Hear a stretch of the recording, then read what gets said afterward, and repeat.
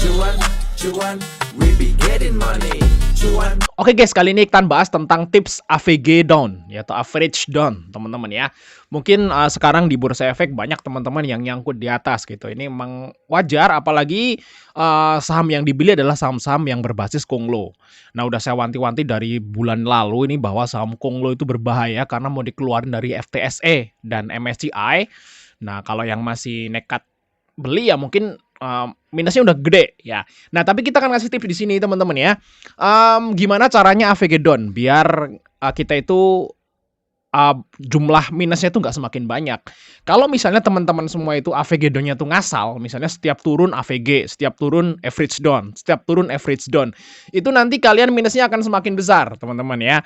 Karena sahamnya masih terus turun, tapi porsi kalian nambah lotnya. Kayak gitu. Jadi jangan sampai seperti itu terjadi.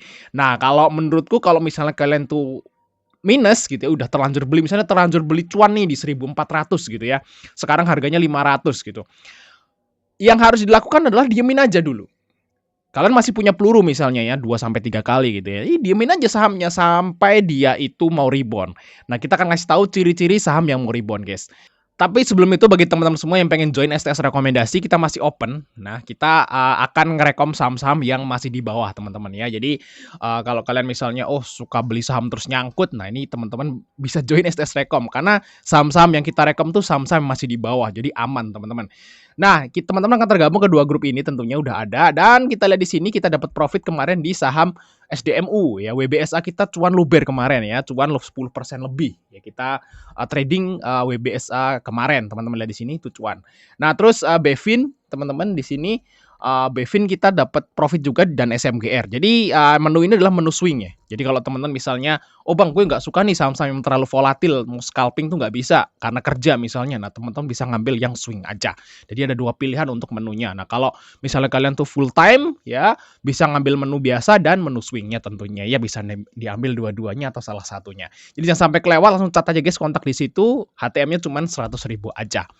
Oke ya, gimana sih tipsnya biar kita itu nggak nggak istilahnya itu saat kita beli saham itu semakin turun minusnya semakin dalam, biar nggak seperti itu gimana? Nah, sesuai yang saya bilang tadi ya, kalau teman-teman misalnya terlanjur nyangkut di saham yang lagi turun, itu diemin aja dulu sampai dia itu mau rebound. Nah, ciri-ciri saham mau rebound itu seperti ini, teman-teman. Nah, kita akan lihat saham cuan nih.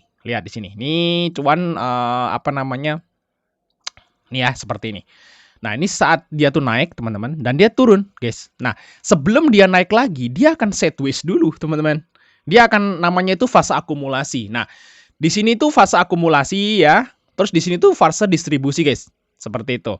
Jadi, kalau kalian mau beli saham itu atau mau AVG down gitu ya, jangan sampai kalian itu melakukan itu saat di fase distribusi. Nah, ini fase distribusi, guys, di sini, Ki. Dari sini ke sini itu fase distribusi, teman-teman. Nah, yang dari sini ke sini itu fase akumulasi, dilihat sini tuh. Nah, ini fase akumulasi seperti ini, guys. Oke, terus di sini fase akumulasi juga ya. Kayak gitu, dan ini distribusi, teman-teman, di sini distribusi, di sini namanya distribusi kayak gitu. Jadi saham sebelum dia naik, teman-teman, itu udah pasti diakumulasi dulu sama whale. Nah, kalau mungkin di kasus cuan atau mungkin saham-saham Konglo yang lain itu sama emitennya ya, atau yang bosnya lah kayak gitu. Kalau cuan yang mungkin sama grup PP kayak gitu ya, seperti itu dan sebagainya. Nah, pasti dia nggak akan langsung saham yang turun dalam itu nggak akan bikin huruf V, nggak akan. Contoh di sini, ini bikin huruf V, dia turun lagi, guys. Ini turun. Nah, ini langsung rebound kan, ini namanya huruf V, guys. Ini V, rebound V. Ini dia pasti akan turun lagi gitu. Jadi kalau saham yang mau naik konsisten seperti ini tuh pasti dia bentuk namanya parabola, teman-teman. Jadi dia akan bentuk parabola dulu, baru dia akan naik secara konsisten kayak gitu. Di mana nih kait kita gambar parabola nih, guys ya? Di mana sih parabola itu? Saya lupa ya di sini ya. Ya pokoknya seperti itu. Pokoknya dia akan bentuk gini, guys. Bentuk mangkok dulu. Nah, ini namanya fase akumulasi. Jadi sebelum sebuah saham itu naik, itu pasti ada yang akumulasi dulu. Karena biar ngeringin barangnya. Kayak gitu. Dan ini kan distribusi. Nah, dia ada yang akumulasi di sini, teman-teman. Ada yang akumulasi, baru barangnya kering, sahamnya bisa naik. Karena ini bisa dibilang sama aja kayak teman-teman di pasar kayak gitu, namanya supply and demand.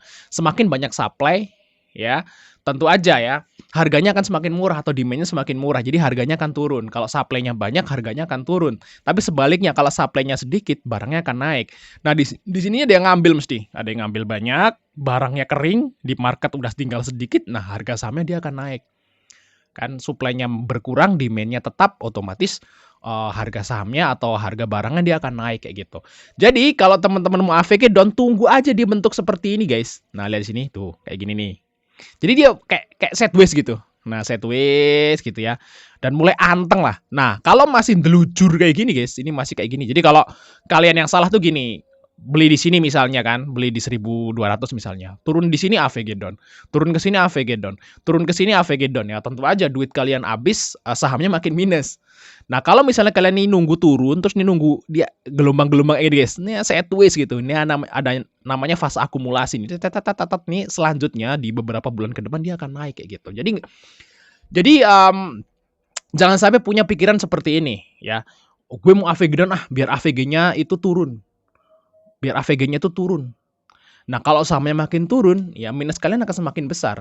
Jadi minus besar nggak apa-apa asal lot kalian tuh kecil. Misalnya beli di sini 1 lot gitu ya. Ya udah biarin aja 1 lot. Minus apa namanya di sini minus 60% misalnya.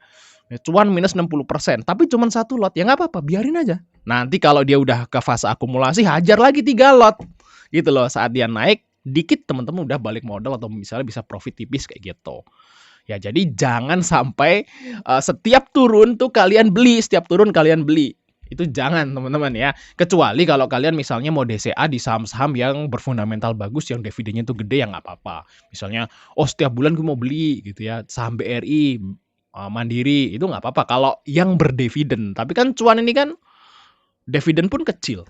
Jadi ya nggak bisa kalau saham-saham Konglo itu ya setiap bulan beli itu nggak akan bisa teman-teman kayak gitu. Ya gitu guys ya, itu tipsnya ya, jangan sampai nyanik di kedepannya tuh nyangkut lagi teman-teman ya. Thanks sudah nonton, sampai ketemu di video berikutnya teman-teman.